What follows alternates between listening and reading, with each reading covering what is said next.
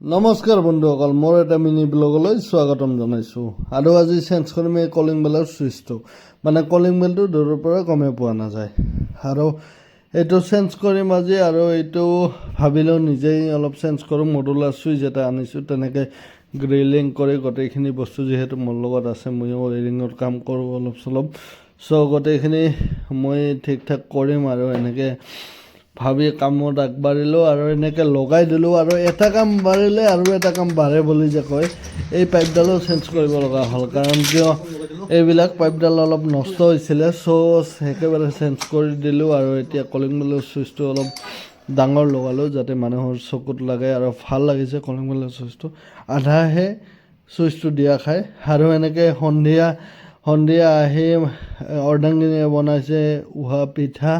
আৰু এইফালে ৰাতিৰ কাৰণে চিকেন ড্ৰাই ফ্ৰাই আৰু ভাত এয়া খাম। গতিকে আজিলৈ গুড নাইট। আৰু ভিডিঅ'টো কেনে লাগিল জনাব। আৰু এপিচ মই লাষ্ট টেষ্ট কৰি চাওঁ, এপিচ বঢ়িয়া বনাইছে। চ' গতিকে ভিডিঅ'টো এইখিনি আছিলে। গতিকে বাই বাই।